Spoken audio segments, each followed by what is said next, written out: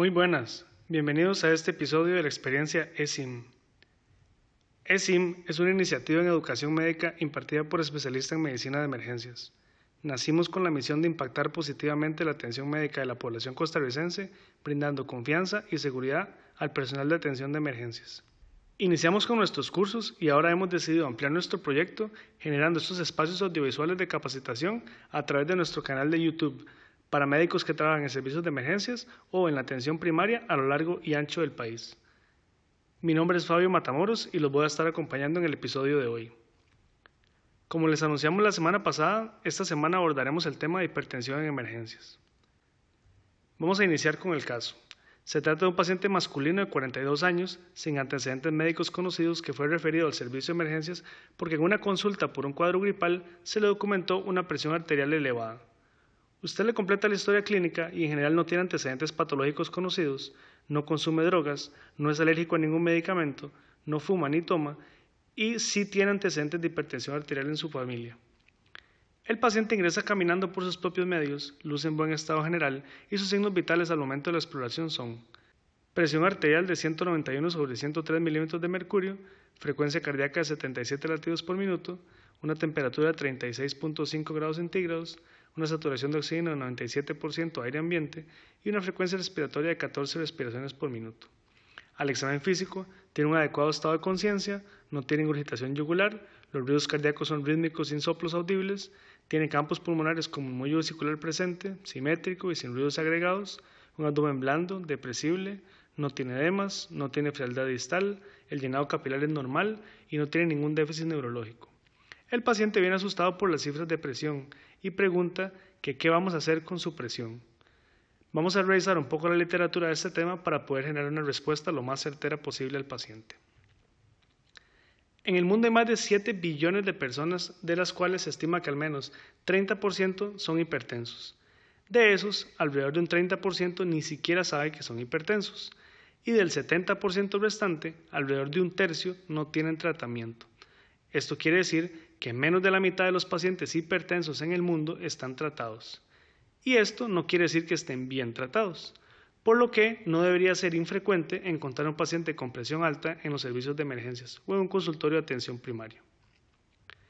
El problema que existe es que hay una falsa idea de emergencia por parte de la población general en cuanto a la presión alta y que desgraciadamente en ocasiones es secundada por profesionales de la salud. Esto no excluye que a largo plazo es un hecho que la hipertensión genera daños importantes a múltiples órganos. Sin embargo, es muy relevante hacer la distinción de si este daño es agudo o no.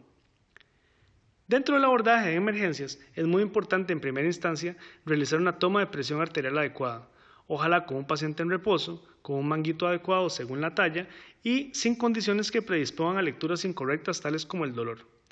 Esta toma de presión es considerada una toma aislada y debe ser interpretada en el contexto clínico del paciente.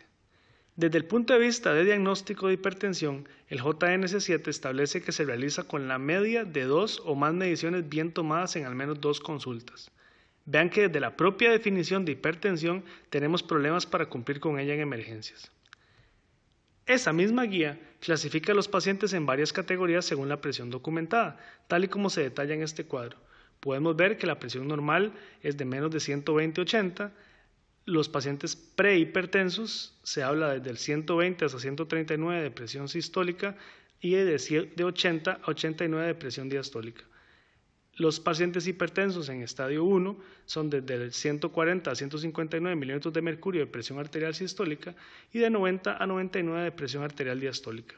Los pacientes en estadio 2 de hipertensión son aquellos pacientes que tienen presión arterial sistólica arriba de 160 y presión arterial diastólica por encima de 100. Debemos recordar también que en el JNS8, basado en una nueva evidencia científica, fue inclusive un poco más liberal si se quiere con la presión arterial sistólica en los pacientes mayores de 60 años, en los que la meta es que sea menor a 150/90. Es muy importante destacar que estas metas están establecidas para el control en un mes, no son metas de manejo en los servicios de emergencias.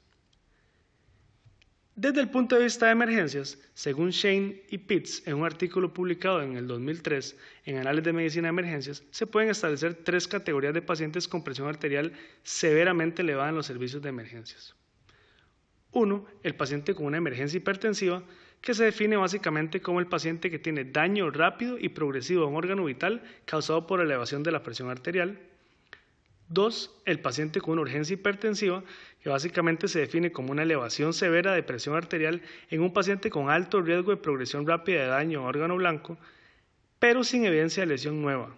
Por ejemplo, son pacientes con insuficiencia cardíaca, enfermedad renal crónica o enfermedad cerebrovascular previa que ingresan con presión muy elevada sin daño agudo nuevo. Hay que tener claro que esta definición es diferente a lo usual, que era solo que el paciente no tuviera daño a órgano blanco, y lo que busca es llamar la atención para un control ambulatorio más oportuno. Y por último tenemos la definición de hipertensión descontrolada, la cual es en un paciente con presión arterial elevada, asintomático y sin daño a órgano blanco. Hay que dejar claro que las emergencias hipertensivas se ven como tales. El paciente luce agudamente enfermo y es evidente que necesita intervención adecuada. Nos referimos a pacientes con síndrome coronario agudo, cuya clínica es bien clara. Si bien es cierto, no siempre llegan hipertensos, es una posibilidad. Pacientes con encefalopatía hipertensiva que tienen claramente un comportamiento anormal, alteración del estado de conciencia o hasta déficit neurológico focal, con o sin hallazgos al fondo de ojo.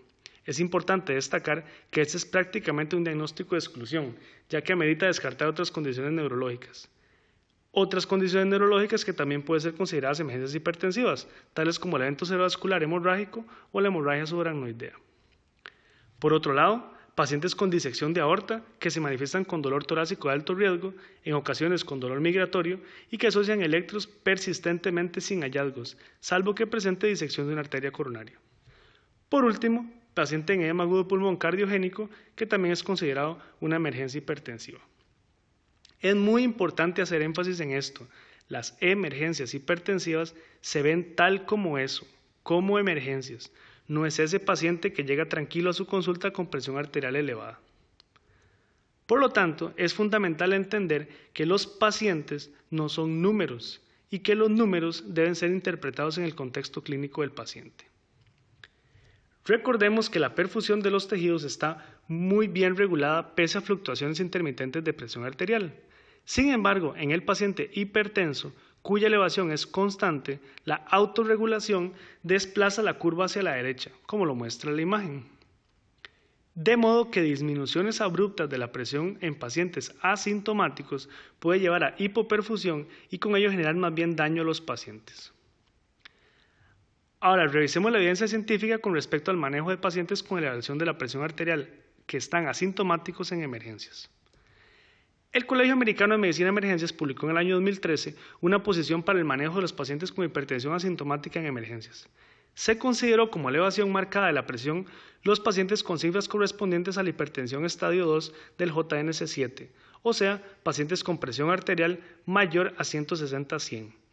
Y se evaluaron dos aspectos: la necesidad de realizar estudios en los servicios de emergencias y la necesidad de iniciar tratamiento en los servicios de emergencias.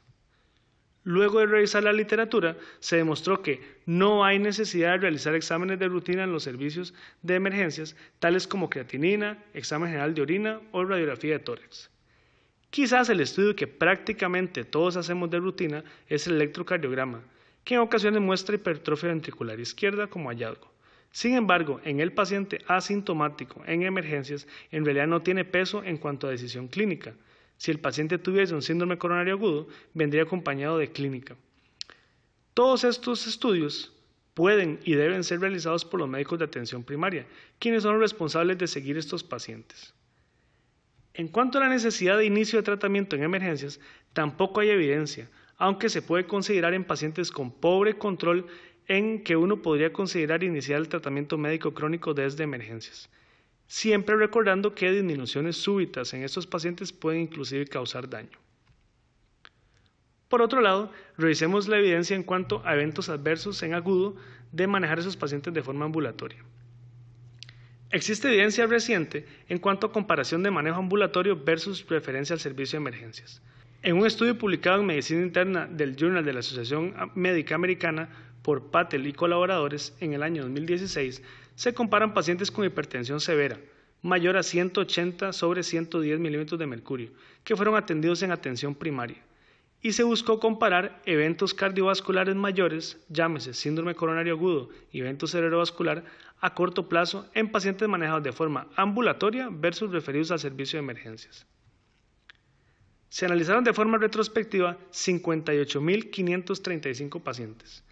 De estos, solo un 0.7% fueron referidos al servicio de emergencias, lo cual significa 496 pacientes. Los restantes 58.109 pacientes fueron manejados de forma ambulatoria. Luego de comparar los grupos, se determinó que los eventos cardiovasculares mayores son menores al 1% en ambos grupos. Además, que no hubo diferencia en estos eventos al comparar los grupos a los 7 días, entre los 8 y los 30 días o a los 6 meses. Y además se determinó que en ambos grupos más de un 60% de los pacientes se encontraban aún hipertensos a los 6 meses. Se concluye en este estudio entonces que los pacientes pueden ser manejados de forma ambulatoria, de forma segura, ya que los eventos cardiovasculares mayores son raros en el corto plazo.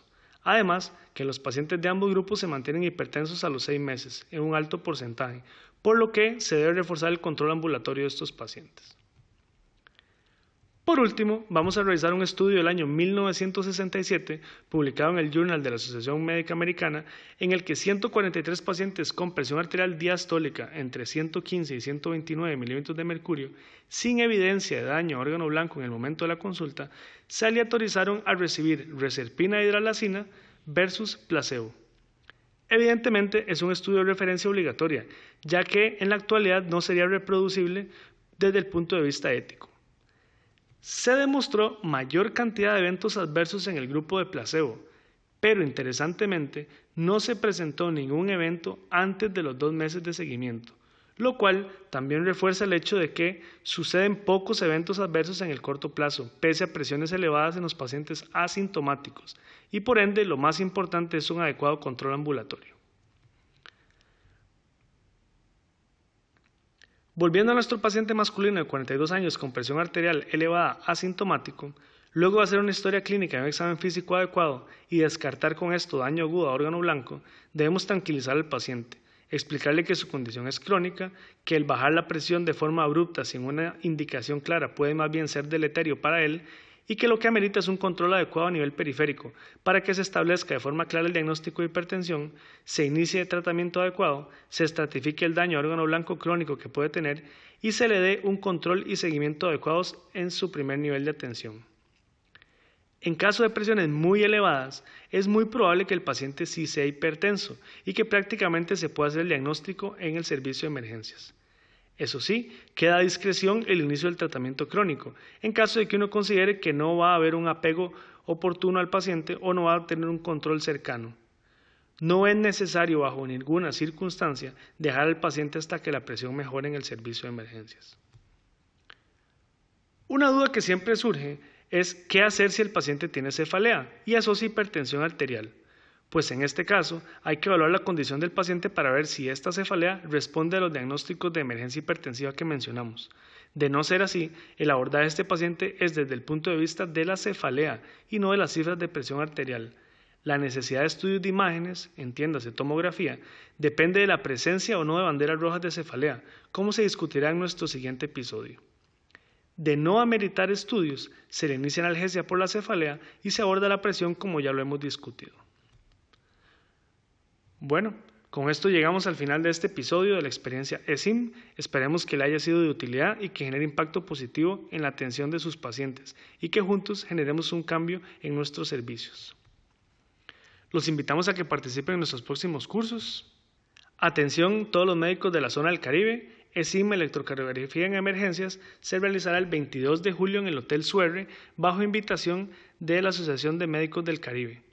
Para información se puede comunicar al 2710-5660 o al 8319-1436 de la Asociación de Médicos del Caribe o al correo infomecari@gmail.com o al correo esimcr2017@gmail.com. Además, recuerden el curso de eSIM Reanimación 2.0 que llevaremos a cabo en el mes de julio. Para más información, visite nuestra página en Facebook, eSIM Educación para Emergencias, donde encontrará toda la información de nuestros cursos, así como los links para los próximos videos. También visítenos en Twitter como eSIMCR y en nuestro canal de YouTube. La próxima semana discutiremos el abordaje de cefaleas en los servicios de emergencias. Recuerde que la teoría no es suficiente. Bienvenidos a la experiencia eSIM, una nueva forma de aprender.